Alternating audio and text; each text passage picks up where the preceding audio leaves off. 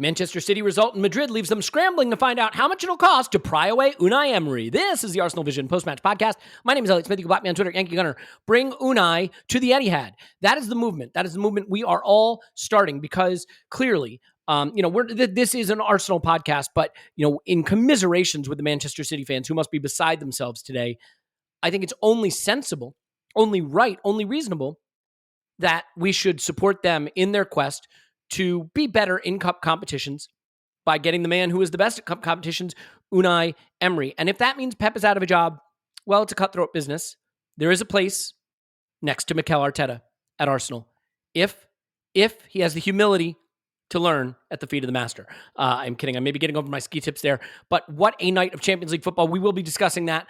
We will, of course, be looking ahead to the Leeds game, Liverpool Spurs, lots to talk about. We'll just remind you, we are running a little, that competition isn't the right way to put it, just a request for reviews. If you would be so kind as to review the podcast on the podcast app of choice that you listen to.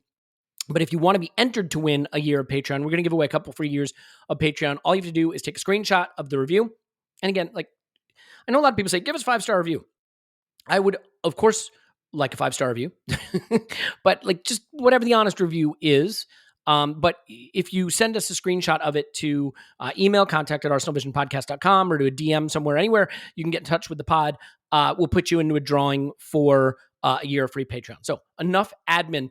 We're going to be hearing from Tim later to talk a little bit about women's football because some big goings on as the women's season comes down to the final game, and Tim will go through the permutations of how that plays out, what's at stake, how we got there, and all that. So you'll be hearing from Tim later. It's just him in that segment, but that's arguably the best possible segment imaginable. So you should enjoy it. All right, here with me now is Paul. You can find him on Twitter, Pause My Pencil Pause. Woohoo, indeed. And Clive, you can find him on Twitter, Clive PFC. Hello, Clive. Hello. All right, so Clive, I am hopeful that we will be in the Champions League next season. That remains to be seen. One day.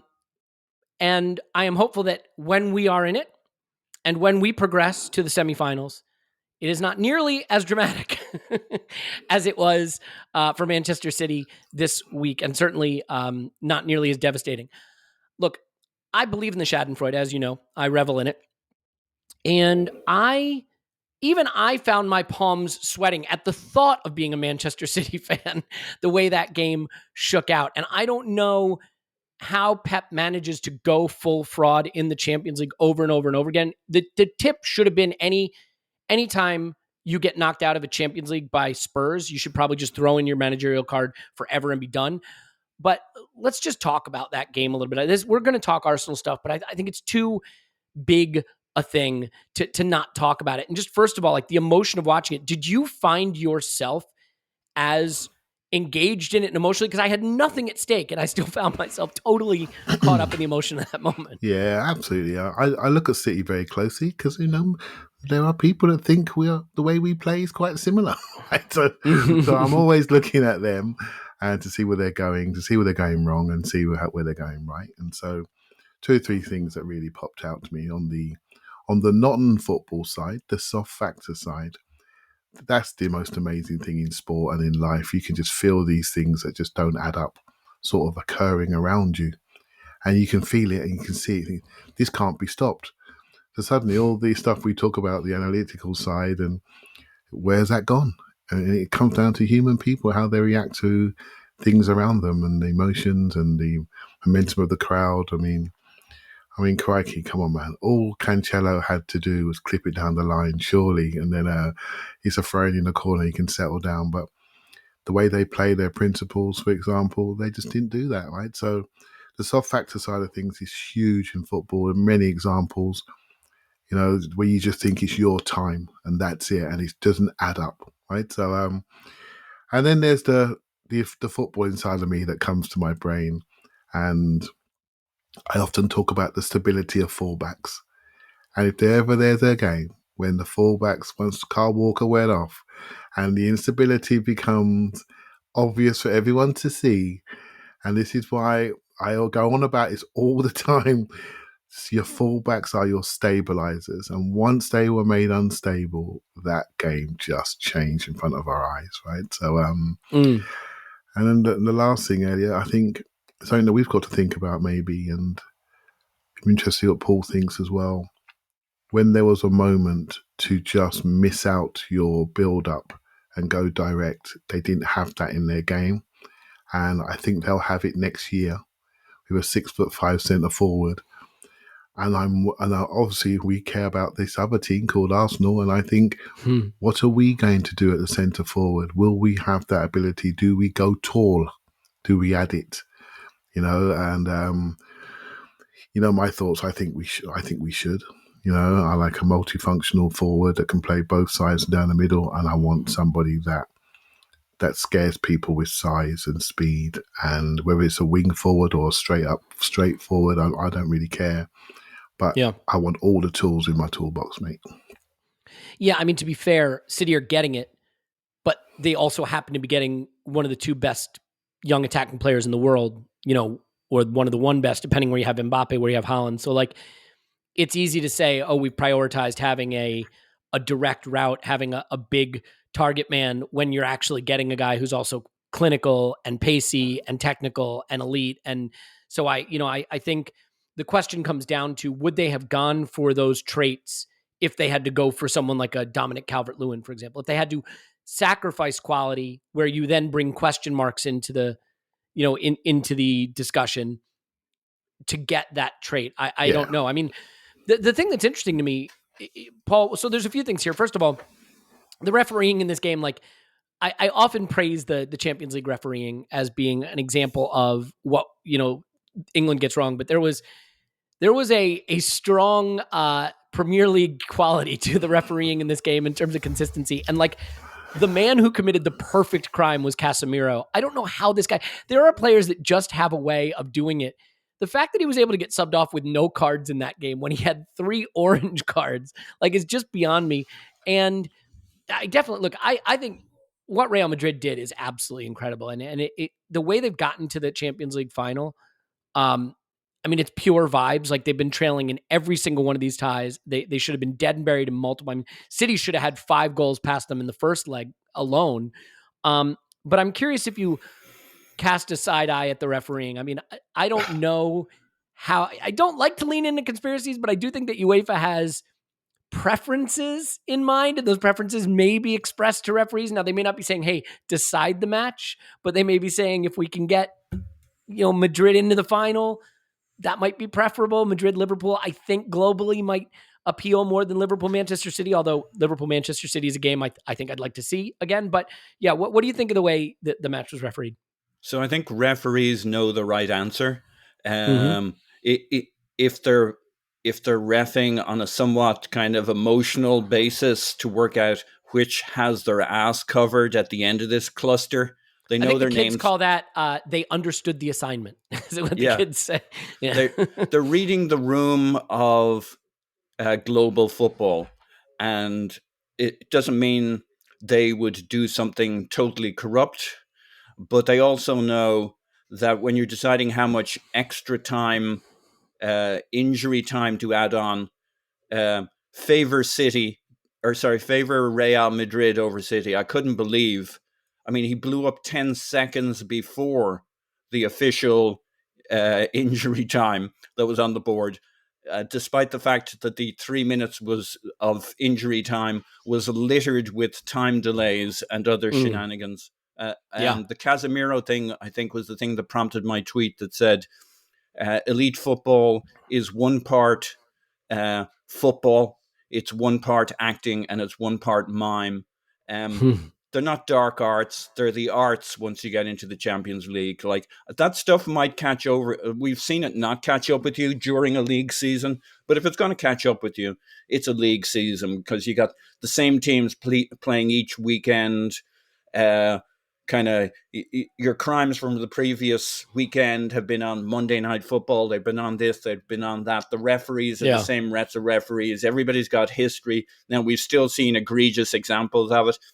But if you're going to have some level of karma for your behavior in earlier games in the season, it may catch up. But in the Champions League, it's basically a one-off.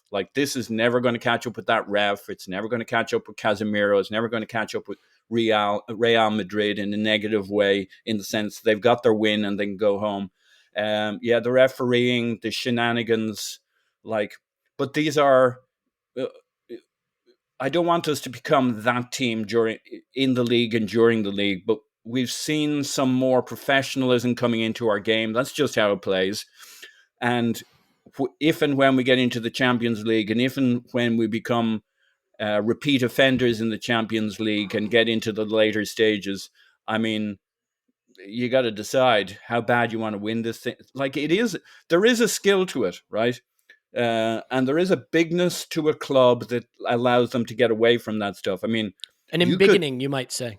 A beginning, right. And Real Madrid, in a sense, have earned it. It's not fair because games should be fought on the basis of that game and those players. I'm not saying any of it's fair, but didn't we already know it's not fair? But there is a kind of a force that a Real Madrid brings. And so I'm not sure you're going to make it to the end of the podcast, let alone my response, Elliot. I'm going expert mute button usage thanks to the COVID today. Like you will not hear a single cough from me, but I will warn you that if I get the mute button usage wrong, it could get really, really gross on this podcast. As the coughing is happening entirely unbeknownst to everybody listening.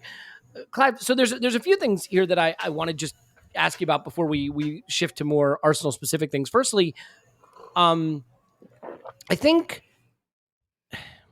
it's interesting how we get so focused on squad players. And Tim did a thing on Patreon about how you build your squad and, don't re-sign squad players, go out and get players that elevate the level. Yeah. And one of the things that should be so clear at Manchester City is they got 2 stars at every position. So going to the bench is where you should really see their strength and depth, right? Because you take off a Gabriel Jesus and you bring on a Grealish, right? Or you take off a De Bruyne, but you can bring on a Gundogan. And so you should get stronger. But I thought from a sub standpoint, it was a pretty wretched performance across the board. They got worse. And I don't know if it's the complacency. I don't know if it's difficult to ask players to come in when it feels like the job's done. You could just say also, this is the craziness of a low scoring sport. City were there. Rodrigo gets 2 goals and clears one off the line. And all of a sudden you're in panic mode. But you look at a Grealish, right? This is why I think the transfer market is such a tricky thing. And the idea of just pick the best players isn't a strategy. You really have to have good process, because what they spent on Grealish, he does not look anything like a Manchester City player to me. Is it too soon to call that a bust? It feels really busty to me. And I'm curious how you feel about that idea that even a Manchester City whose spending should mean that their strength is depth, and it is over the course of a league season, really, I think, exposed them last night. That they did not look good when they went to the subs bench. Yeah, so a lot there, right? So let's talk about Grealish first and foremost. So yeah, I'd love to, because it's hilarious. Release club, but he was literally a millimetre away from being a hero, wasn't he? Courtois studs. That's fair. Yeah, and he had one clear off the line, and everyone said, what a great move. Now he's started. What a great buy by City. He's got him into the Champions League final. He's the difference, right? And because of Courtois' long studs, he's not the hero today. He's the one that didn't get back on the cross.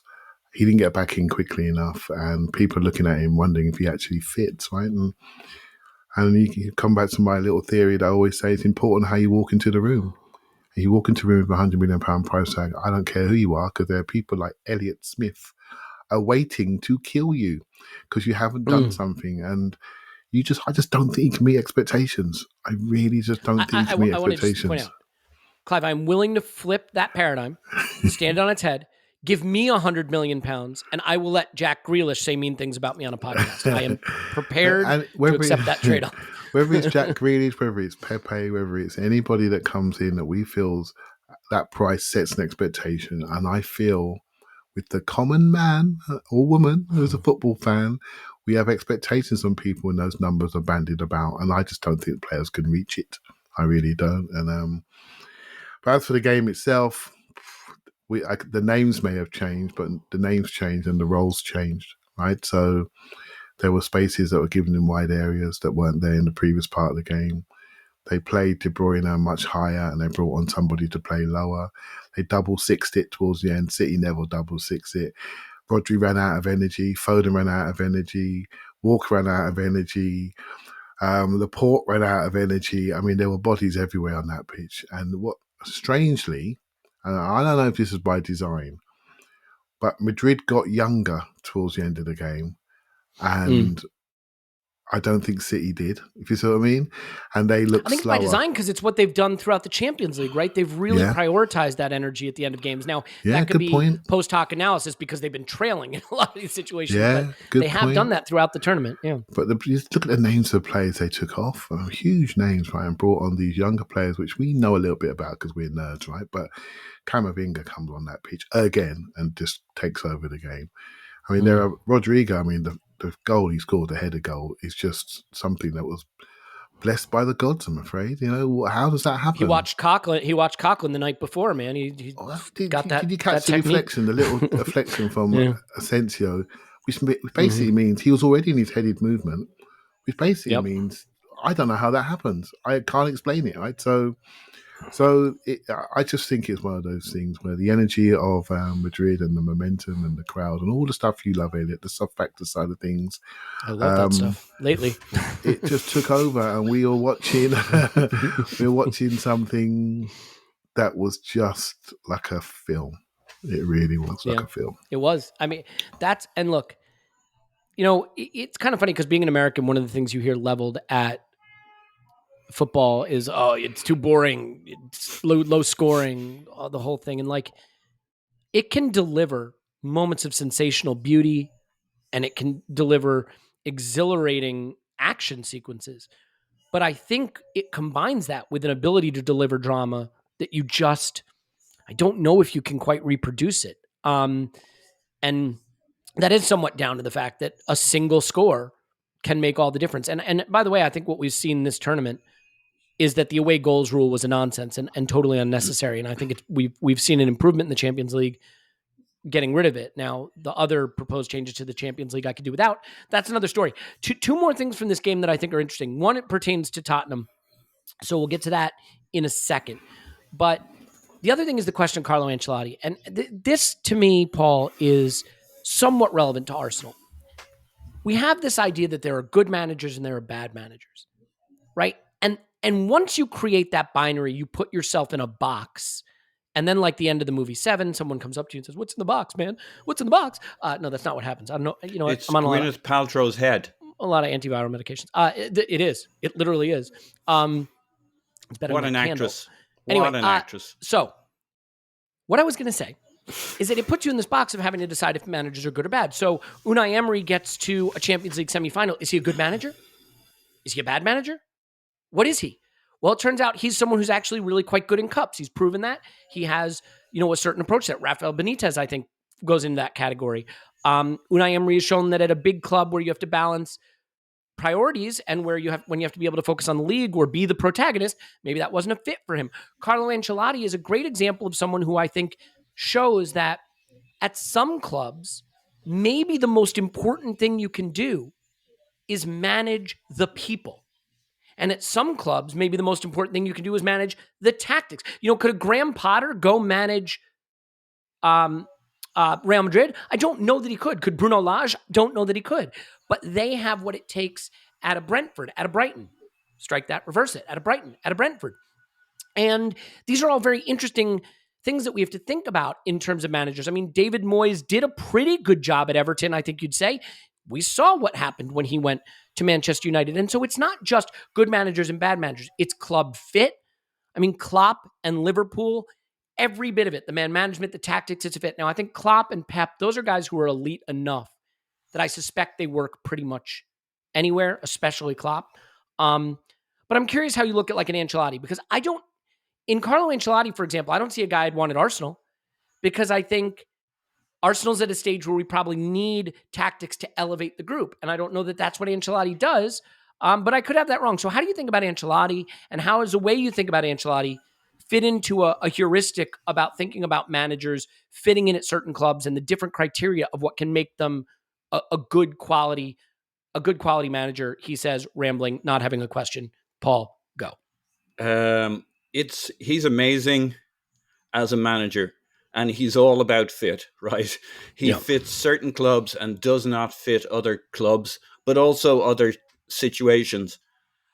But he's also, I know he's now a legend status in that he's won the league in 5 different countries and in the All 5 5, major European leagues or whatever it is. yeah, which nobody else has done. And yet he's not really known as being a great league campaign manager. Like, he tends to win it once and then things kind of fritter away. He tends to win with very strong squads in very strong clubs. Let me rephrase it for you the way a Twitter person might understand what you've said, because I think it might get lost in translation. He's won the Premier League and all 4 Farmers Leagues. Is how that would be said. Yeah. Including that fancy Spanish Farmers League. All those Farmers Leagues. Yeah. I'm kidding. Yeah, go ahead. Sorry. But I think where you look at his legacy and say, well, that was particularly impressive when you look at the details, is his Champions Leagues. What's he's at, like 5? Real Madrid strolled La Liga this year due to the absence of Atletico Madrid not showing up, a terrible Barca, only getting good at the end. There's kind of a bit of a story in each of his league campaigns, as I understand it, where he's won the league.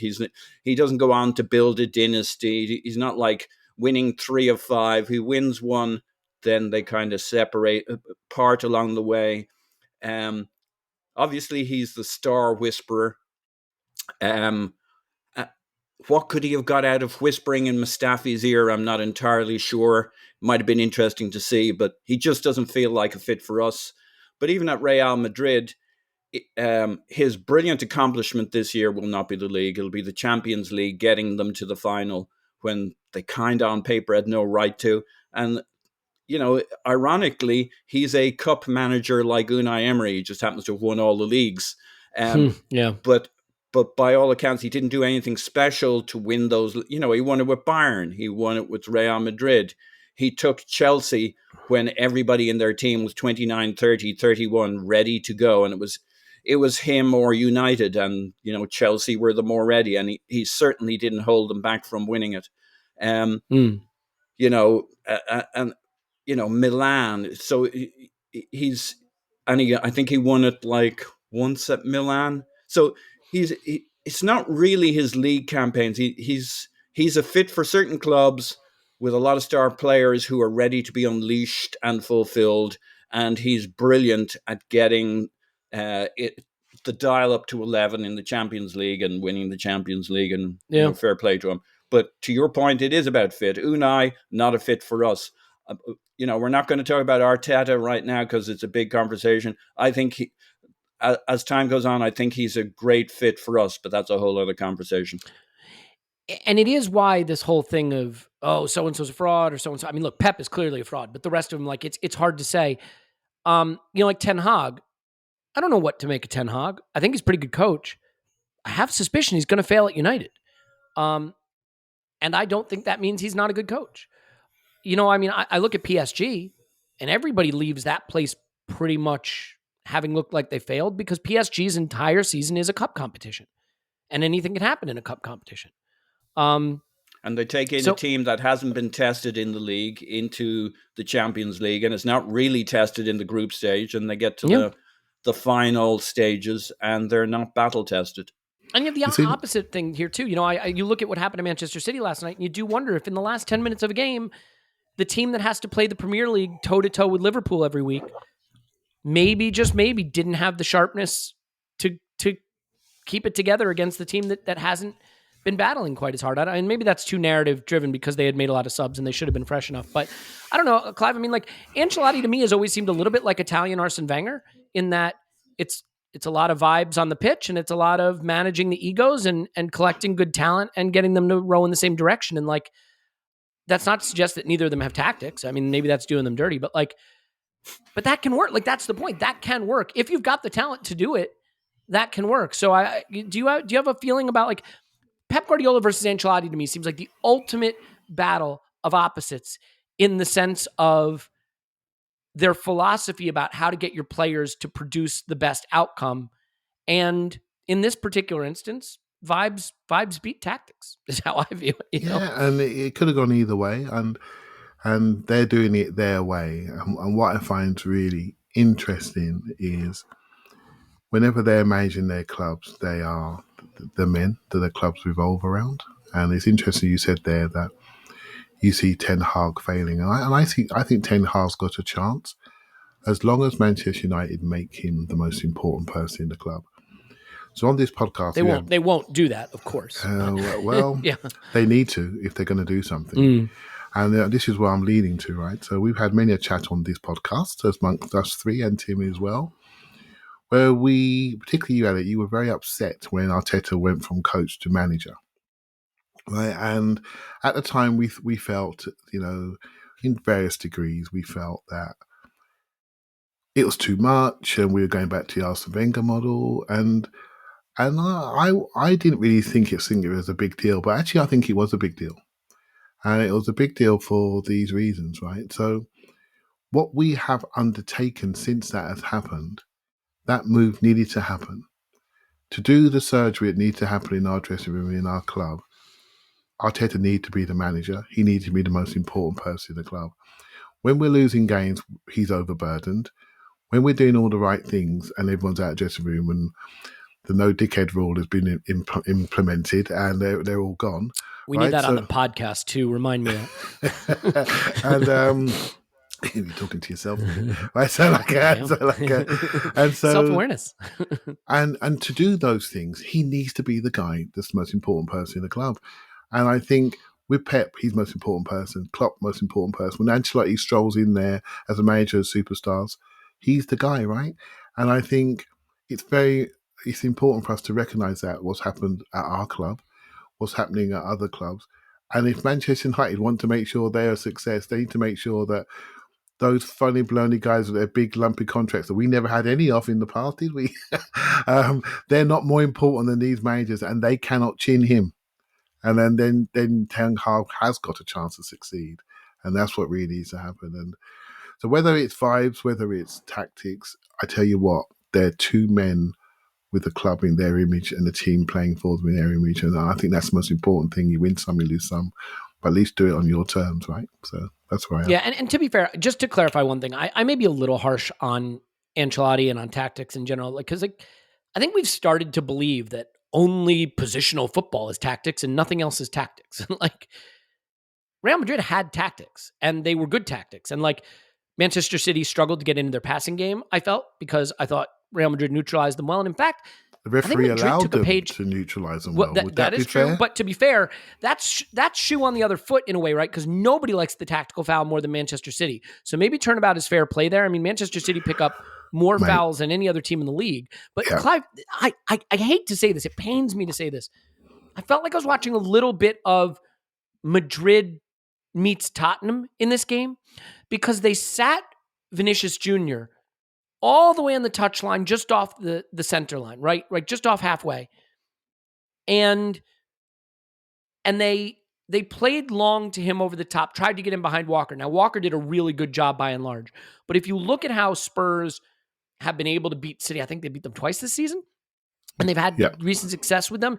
It's been going into Son, right, long over the top, finding Kane late arriving in the box, and that Vinicius to Benzema connection, going long and trying to get into that vacated space behind Walker, or when Walker drifted inside, because obviously Pep likes to bring his fullbacks into the interior. Like that was a clear plan, and I think only because of Walker's incredible electric pace, which eventually led to him needing to come off, and I think that wound up making a difference. In fact, I mean those tactics worked, and I do think it's instructive in watching how Spurs beat City. And I wonder if Ancelotti looked at that a little bit, because in both legs, I thought that was something they tried to do. And the pattern looked very similar to what I saw Spurs do to City when they were able to beat them twice this season.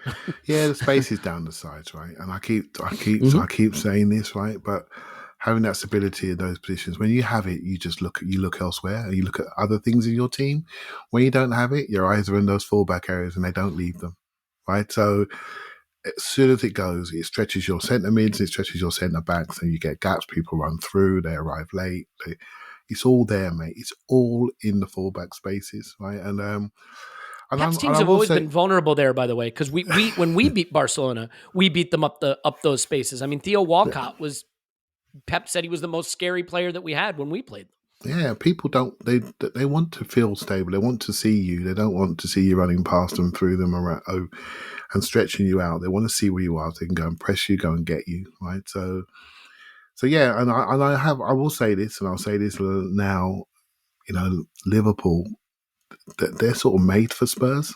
I don't want to say this I can see you nodding, so you sense the same Well, things. let's transition right? to this chat. Is that because of Alexander-Arnold? I mean, that space behind him is how you hurt Spurs, and that's right where Son's going to try to park himself.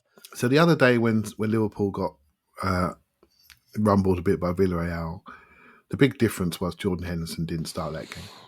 So when Jordan Henderson starts, he's like Trent's bouncer. So Trent can go wherever he goes, wherever he wants, and Jordan Henderson becomes a right back. He becomes wherever Trent isn't, he goes, he fills in those spaces. They played Keita on the day, and he doesn't have that same defensive instinct. And as soon as they stabilised things, Trent was tremendous in the second half. For me, he's the best right back in the world for that team. Whether he's called a right back or you create a box where he plays in, and that's his position. And in that position, he has no peer in the game of football. Trust me. Don't think of a position, think about the role that he plays. And Jordan Henderson allows him to do that, right? So if Jordan Henderson plays and Trent plays, Liverpool will be fine. But if they do anything funky, which I don't think they will do because it's too big a game for them, and they know City are going to be shaky, this is their moment to really put the squeeze on, right? So, but yeah, if you look at Spurs, they are sort of made for that double 10 box midfield counter, Harry Kane dropping in once on the piston, someone drops in behind. They're made for that. But they also have Ryan Sessegnon and Davis and players like that, and who I don't think are very good, who I don't think can manage the waves of attack that Liverpool are going to put upon them. And Liverpool now, if you're a Liverpool fan or anyone in that club, you're thinking the planets are aligning. They are aligning to do something which has never been done in the game of football, right? So not in England anyway. So they are really close.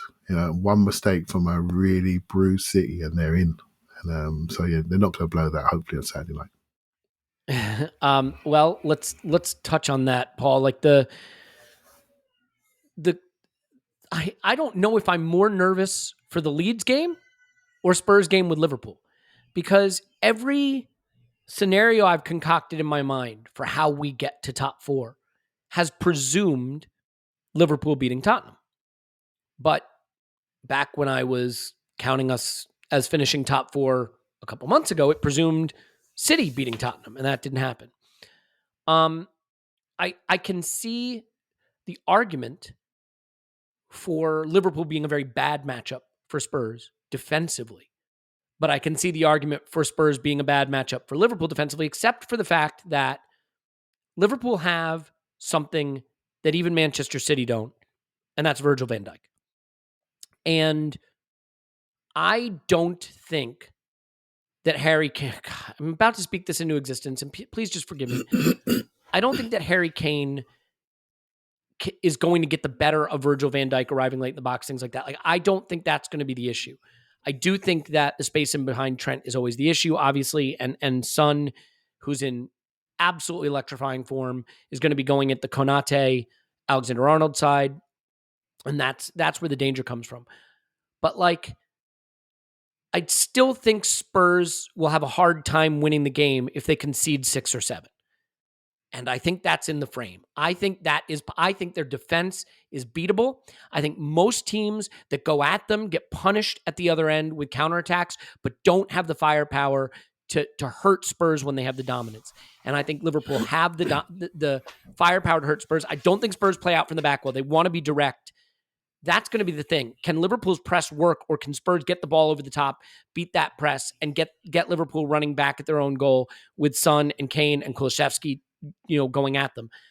My instinct is that it's still not going to matter because Liverpool can can hurt them enough in attack. And I actually think the Villarreal game might have been instructive for Liverpool because to Clive's point, I think Henderson will come back in to be the minder for Alexander-Arnold. And I think Diaz will start because I think as much as I rate Jota a lot, I think Diaz has just proven like what he can do off the dribble to destabilize defenses. So do you have a feel for how this game will go? I mean, like I said, I am almost more nervous for this than the Leeds game. And I'm curious if you feel similarly about its import and also about how it might go.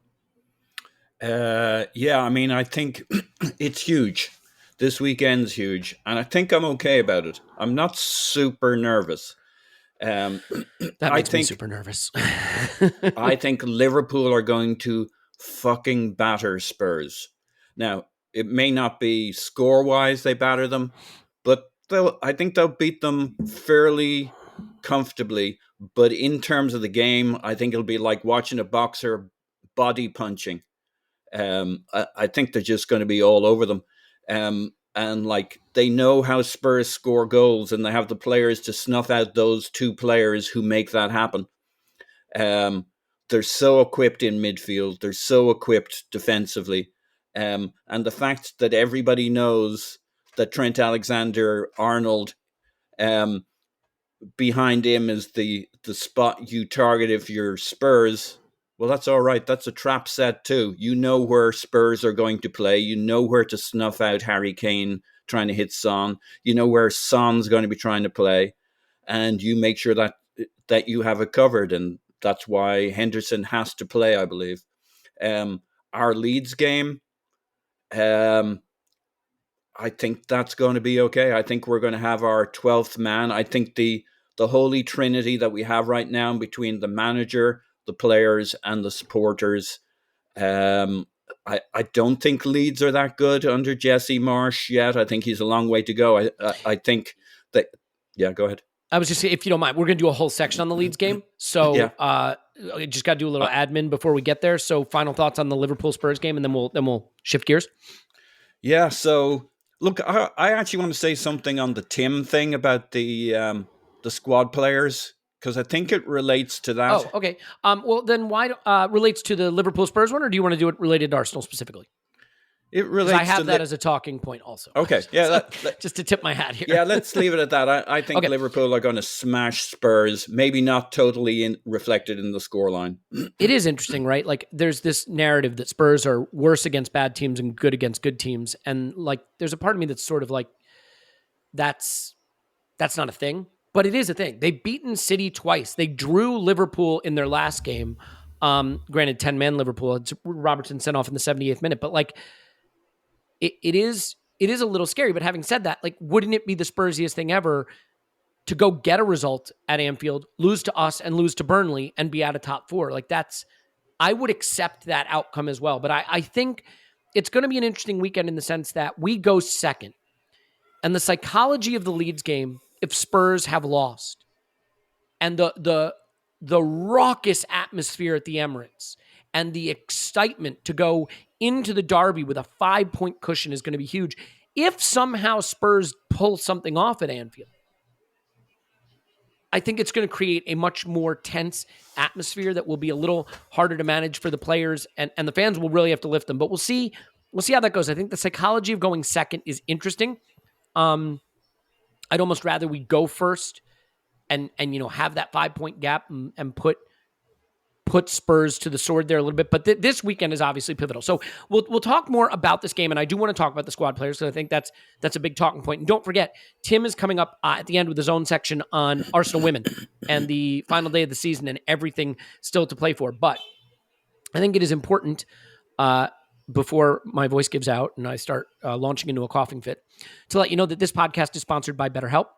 Life can be overwhelming, and many people are burned out without even knowing it. Symptoms can include lack of motivation, feeling helpless or trapped, detachment, fatigue, and more. I used to be a lawyer like long time ago. And if you know, you've watched the live streams or anything, you know I'm 37. But somehow I was in New York City when 9/11 happened. And just a horrifying moment in my life. And I was trying to be a lawyer. It was a very tense time. And you tell yourself you're coping. But I wasn't coping. I wasn't coping and I was burned out. And, not to make this about me, there were obviously people that went through horrors at that time. And it's just one of those things, though, that you can tell yourself that you're supposed to handle all of these challenges and that you're coping. And maybe that's the pandemic you've been going through, or, something at work or whatever it is. I wasn't coping. I wound up burning out. I wound up quitting. I wound up moving. That didn't fix it. I turned to therapy, and that was when I turned a corner. And I wish that people felt more comfortable about using therapy, and BetterHelp makes that achievable, makes it achievable to find an expert in a field that can work with what you're struggling with, achievable to find someone who will talk to you on camera or not on camera if you want. So whether you're experiencing burnout or whatever the issue is, talking with someone can help you figure out what's causing stress in your life. And BetterHelp is customized online therapy that offers video, phone, and even live chat sessions with your therapist, so you don't have to see anyone on camera if you don't want to.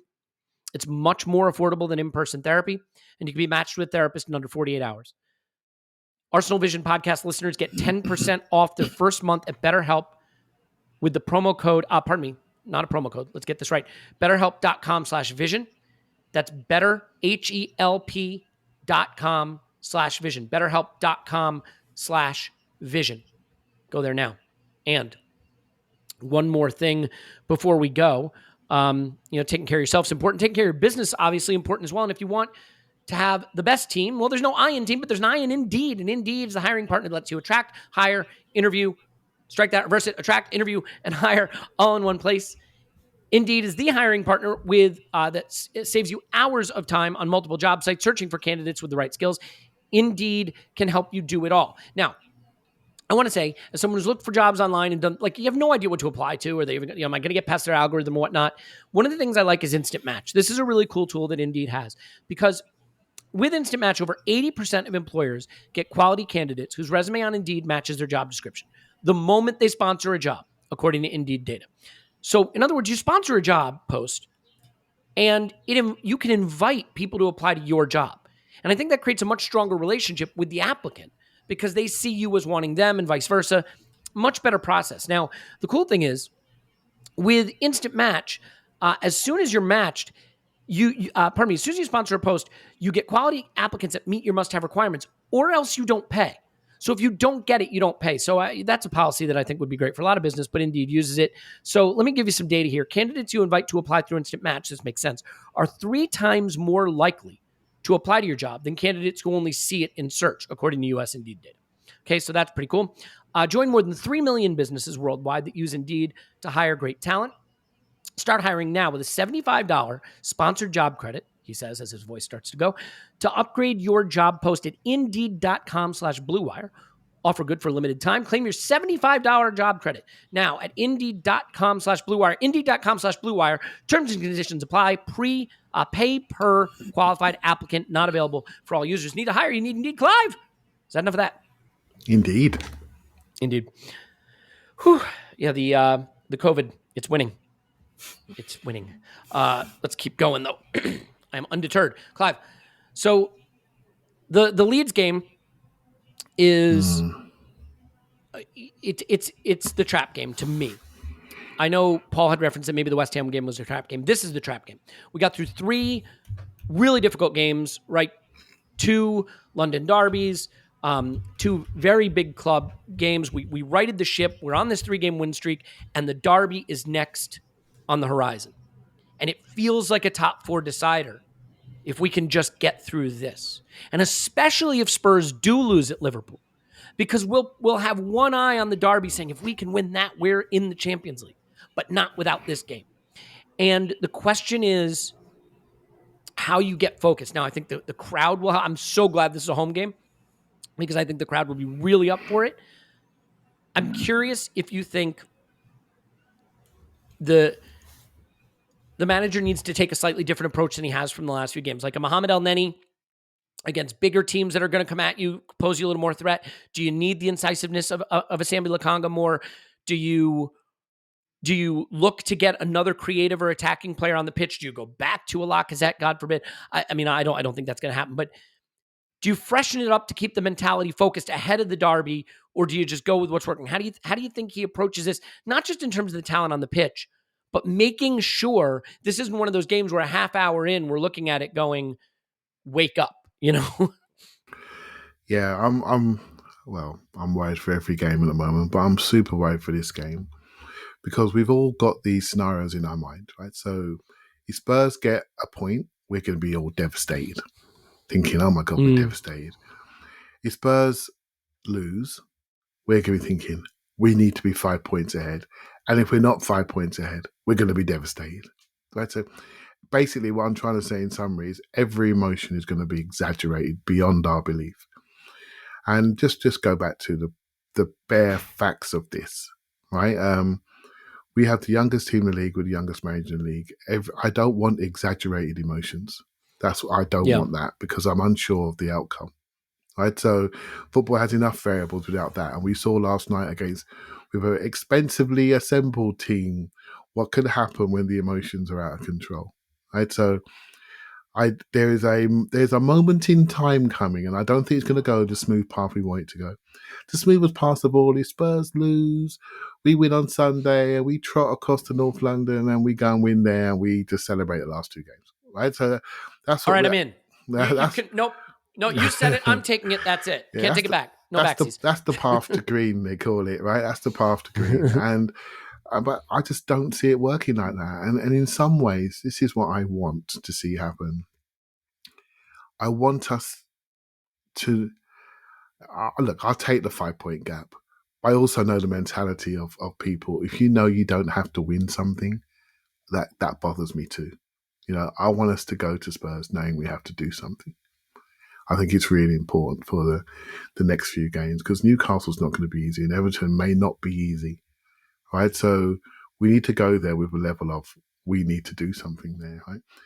So the Leeds game worries me a lot because it's a sunny day. It's going to be a sunny day in London on Sunday, 2:00 kickoff. That's enough time for a drink before and after. It could be huge.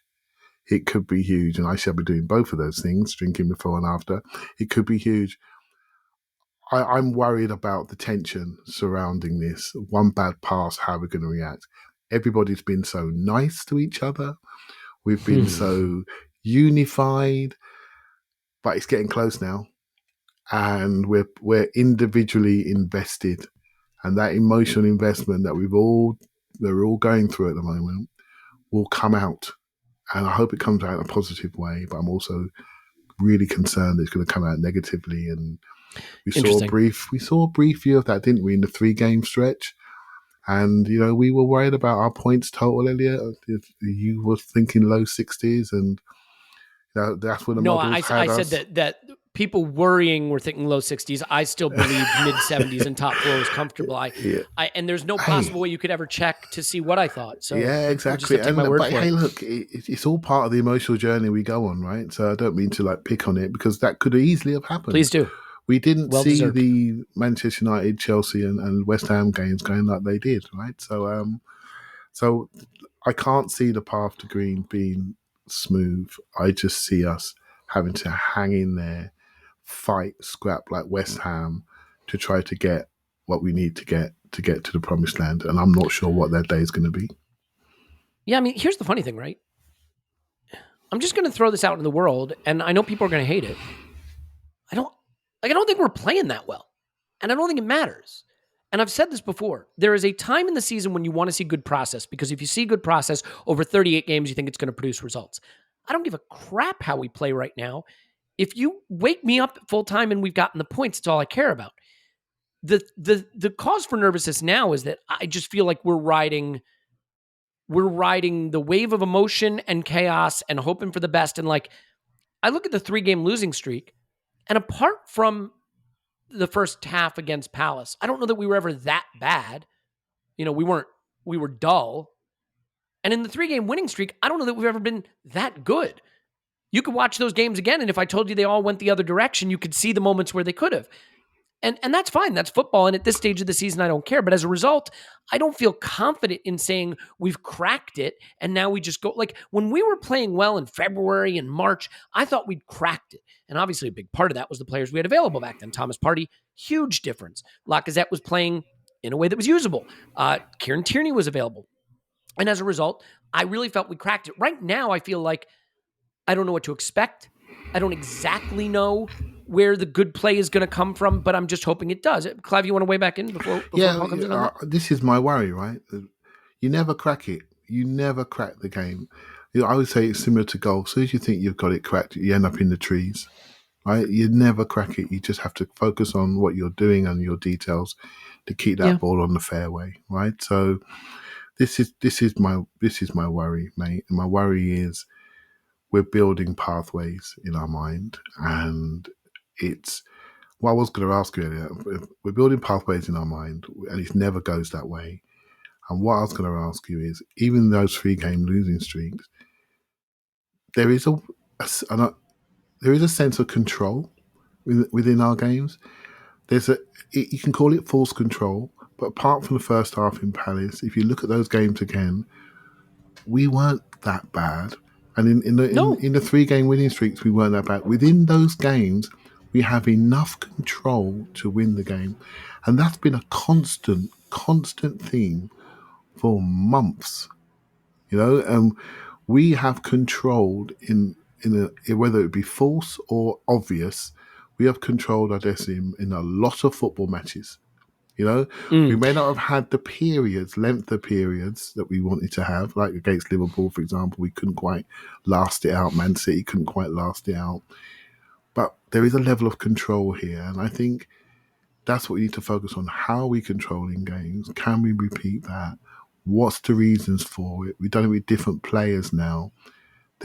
Although we're all petrified, there's an encouraging underlying trend about how we're controlling football matches, even though it doesn't feel that way. That's fair. That's fair, Clive. I would say that what worried me about the 3-game winning streak a little bit was this fragility in our defense that sort of started to show up, and we saw it in the losing streak as well, just sort of a helter-skelter quality to defending. Tomiyasu coming back and presuming he's actually available for the Leeds game, I think really, really helps with that, because I think having both Cedric and Nuno in the game obviously makes the edges really fragile. And those are the areas in modern football that get attacked and are the most exposed. And Tomiyasu coming back, I think, just really tightens that up and makes it easier to protect Nuno's side a little bit more. But you have a shutdown defender on the right side, and it makes the center backs feel a lot more comfortable. Obviously, Ben White being back would be helpful, although Rob Holding did a perfectly acceptable job. Paul, this is a time, to the point that you kind of wanted to get to, though, where we are asking squad players, and squad players who probably are right at the very end of their Arsenal career, potentially, to get us over the line to Champions League. We're asking Eddie Nketiah to do it. We're asking Mohamed El Neni to do it. We're asking, maybe Cedric to do it. We're asking Rob Holding to do it. And I'm curious, you said you disagreed, so I will frame Tim's argument from the Patreon pod quickly so that you have something to sort of rebut or respond to. Yeah, I don't really disagree. I agree just to start the conversation. And disagree. Okay. Sure. So because I find Tim's argument to be compelling, and it's sort of how I think about it, which is, in general, you don't go get squad players, right? I think what you want to do is you look at your squad. It's one thing if you're like already right there competing for a title and you're like, we just need to add that little bit of depth. But if you're where we are, every move you make should try to elevate the ceiling of the club and take it up another level. And so, when I look at like what Liverpool did as they were building their team, and we always point to Liverpool, but you can understand why, right? Because right now they're the apotheosis of value-based squad building. And when they went and got a Jota, or when they went and got a Luis Diaz, or when they got a Thiago, or when they got a Naby Keita, who again, that hasn't worked out so much. These weren't players they were getting to just be 30-year-old guys to kind of have some minutes if someone got injured. They were guys who could come in, push the starters, and make a case for themselves to be the guy, right? Diogo Jota came in and made himself playable ahead of Firmino. And Luis Diaz has come in and potentially made himself playable over Jota. And Thiago Alcantara, like one of the best central midfielders over the last decade, comes into a team that was pretty well established, and people said he doesn't fit their system, and he came in and he said, I'm going to make this position mine because I'm just better. And so whether you're talking about keeping an Nketiah or keeping an El Neni, you can say, Paul, like a Mohamed El Neni is a good, solid pro, 30 years old, good glue guy, good in the dressing room, keep him. But I don't want a guy who can just come in and be a glue guy.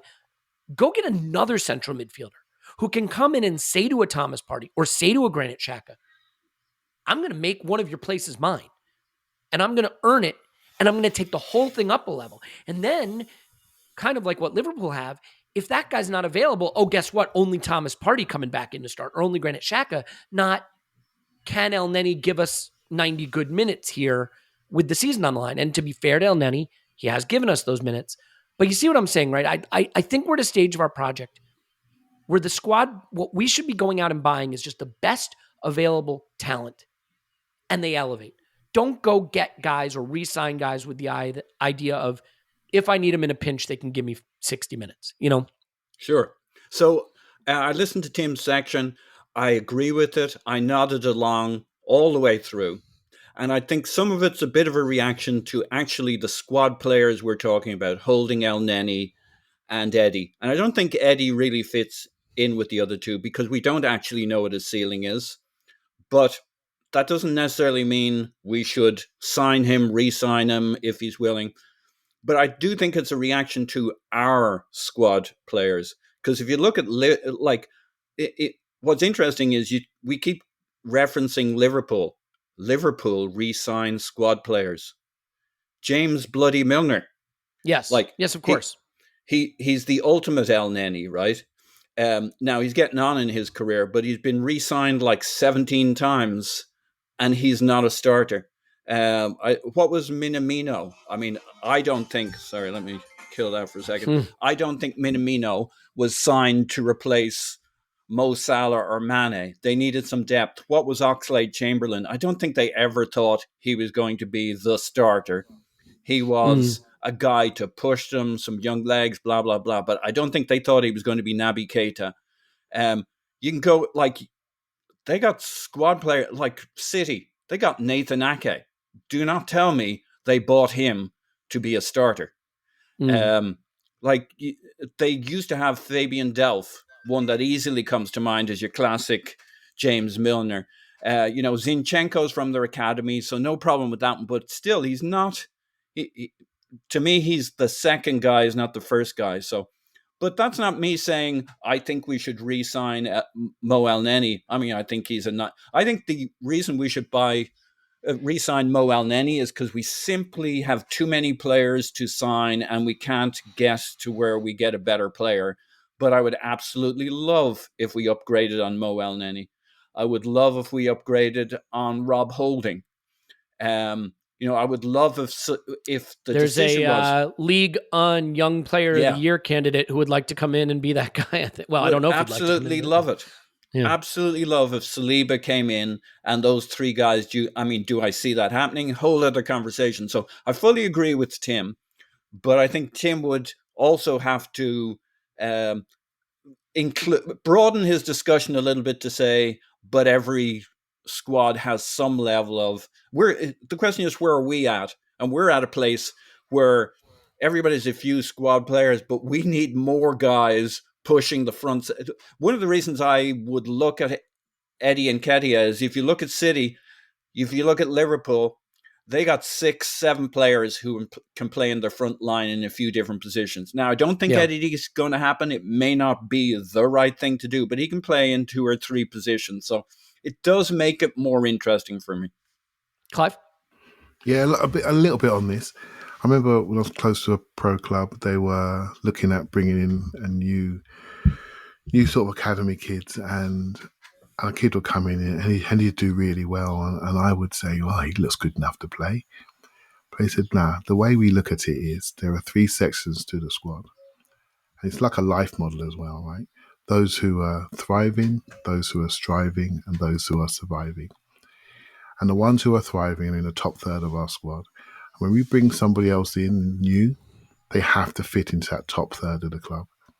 And then everything drops down. And I've always kept that in my mind when we think about squad building.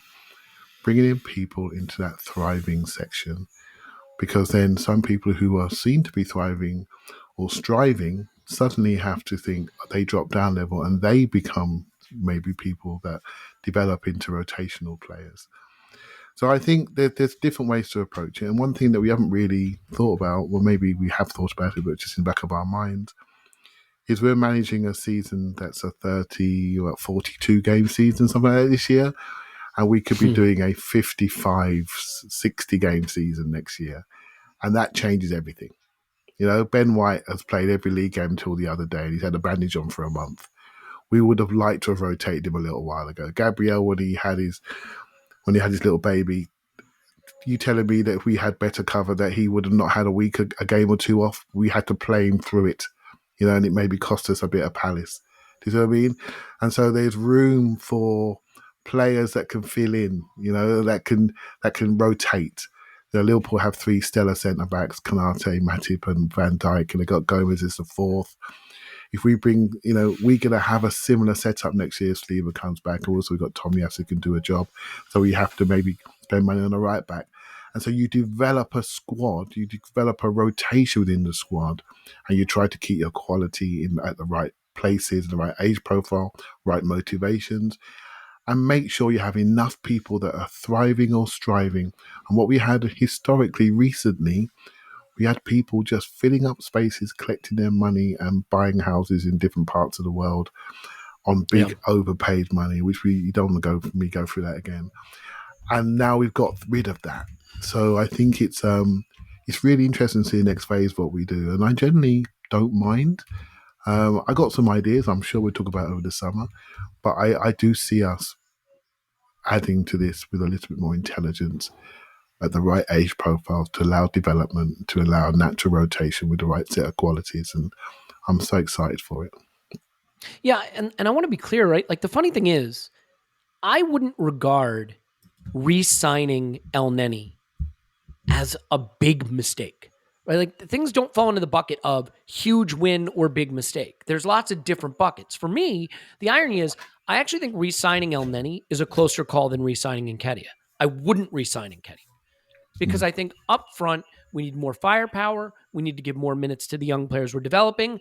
If you said to me, well, what happens if we're down a striker? I'd rather let Martinelli have a go there, or even give Fuller and Balogun League Cup minutes, or Omari Hutchinson, or whoever it is. You know, like, my point is, that's probably not the person, but you know, my point is, I think that the downside to re-signing a 23-year-old who's desperate for minutes and you're going to have to play and is getting near the prime of his career is that, doesn't it? It does. Whereas a 30-year-old El Neni who has proven, hey, I like being at Arsenal. I'll take a wage that I'm probably not going to get somewhere else, but doesn't hurt your wage structure. If you want me to play 15, 20% of the league minutes, I'll do that, and I'll work my butt off, and I'll be good in training, and I'll be a good guy in the dressing room. Like, there is value to that because that's hard to find, right? The problem is the guys you can usually bring in to be squad players are either so past their best that you don't want them, or they're young kids and you can't depend on what their contribution is going to be, right? Like, if you sign a 17, like, look at Sambi. We signed Sambi. He's one for the future. Well, now we're at the sharp point of the season. We need him. Party's out. We don't know if we could trust him, so we're using El Neni. So I actually regard keeping an El Neni kind of like a Milner situation, a utility player, break glass in case of emergency, not expensive to keep around, fine. Whereas keeping a young player going into his prime who might block other young players' paths to minutes or keep you from going out and signing additional elevating talent like the Jotas and the Luis Diaz's that Liverpool did, I actually regard that as a bigger mistake, so to speak, because if you never use El Neni next season, and he was literally just an emergency option, everybody's fine with it, including El Neni. That is not going to be the case with Eddie Nketiah if you re-sign him. So, Paul, I think these things are situational, and as you think about squad building, when you think about keeping guys around who maybe don't elevate, I think the question is, if I never use them, would that be an okay outcome? And so if you re-sign El Neni on a reasonable wage and you wind up never needing him next season, everyone, including El Neni, might think that's an okay outcome. But that's not the case with Nketiah. And so I think if you don't regard the player as good enough to make a push for first team minutes, but you're going to need to use him, I would move him on and get a guy who could push for first team minutes or give those minutes to someone who's pushing. And Alex Iwobi is a good example. He is a very good player who did very good things for Arsenal. We sold him for a very fair fee. And by selling him, one of the knock-on effects is that Bukayo Saka came into the first team and had a path to minutes. I think that was a critical step in the project we're currently on. And so, you know, it's all part of, you know, I think the thing that gets missed, Paul, and then I'll stop talking. There's opportunity cost. A lot of people see it as we should either have the player or not have the player. But what's missed in the calculation of should we have the player is if we have the player, what's the opportunity cost? What's the player we don't go get? Or who's the player who maybe doesn't get minutes? Because those calculations are important as well. It's not just, hey, if we let Nketiah go, then he's just missing. Someone comes in to fill that space. And I think that's got to be part of the calculation. Sure. I 100% agree with all of that. I don't actually think if I'm the club that I should re-sign Eddie Nketiah. I would love us to go out and get the two best forwards we can out there. I'd also like us to find somebody better than Mo Elneny, because while he's on this purple patch and he's been pretty good the last couple of games, he's so limited. Can we remember all the games in which he was the definition of mediocrity, which is the cruelest of words? And if he promises to play this purple patch football, which is, fairly good, great, but he can't do that. We got to remember who he is. Of these guys, the guy I'd keep is Rob Holding. But even that, I'm all up for an upgrade. I just think with Eddie, a scenario where Eddie was the option and Eddie was willing, I'd be okay with it, because I think he can fit into 6 attackers doing a job. I just don't think it's going to work out for him. I would hope that we have better ideas for who our type A and type B strikers are. But I wouldn't be brokenhearted if it all fell through. We got one striker and we kept Eddie around, because I think we can use him in a number of ways. But that's not me saying I think Arsenal should be trying to keep Eddie as one of their 2 strikers. I think he can do it. You need 6 attackers. And if we, for example, lose Pepe this summer, and we kind of got it because we're not really using him to anything like his potential, then you've got, what have you got? You got Saka, you got Martinelli, you kind of got Smith Rowe. Even if you get your 2 attackers, am I missing somebody here? That's 5, right? That's not a lot. Yeah. There is actually scope to keeping Eddie in the mix. If he had 3 years to go on his contract and we were keeping him around, great. I just wouldn't sign him up as one of our 2 strikers and on a new contract. But even if we get 2 strikers, I think we're in multiple competitions, we're kind of short still. Yeah, I mean, let's remember too, part of the calculation is always what the player wants to do. And the club has to think about the club first. But if you said to Eddie Nketiah, we need to keep you around as an emergency option, and we think we can give you 10% of our minutes next season, he's not going for that. Clive, final thought on midfield, and then we're going to turn it over to Tim to talk women's football. Yeah, a couple of bits there. With the Eddie thing, and I think it's the right time for him to go. And for him, for us, we could stick him in the corner, right? And we can use him off the left. We can use him as centre forward. We can use him in cup games. For us, it absolutely works. Do you know what I mean? It works. Mm-hmm. But I think for him, he needs to do something else. On the centre midfield thing with Elneny, I think, again, I think back to player attributes and what we don't have.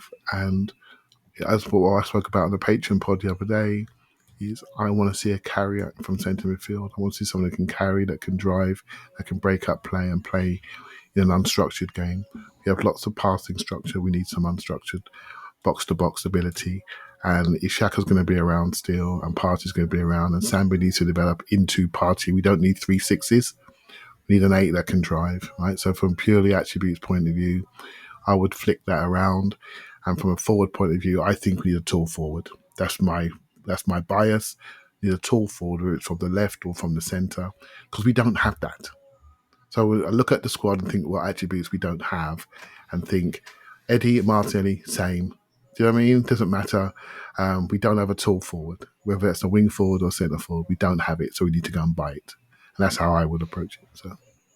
Yep, well said. All right, let's leave it there and turn it over to Tim to talk about what should be a really exhilarating final day of the women's season as well. Clive's on Twitter at ClivePFC. Thanks, Clive. Thank you very much. Paul's on Twitter at Pause My Pants. Thanks, Pause. Woohoo! Yeah, and I mean, look, the game on Sunday is going to absolutely be electric, Clive, so enjoy that. I think it's going to be a brilliant atmosphere. Let's go on and win it well. Let's see Liverpool rack up 10 goals. Who knows? Maybe 20. Is that asking too much? We'll see. All right, so just a quick break here to turn it over to Tim, and then I'll be back at the end to say goodbye, so stay with us.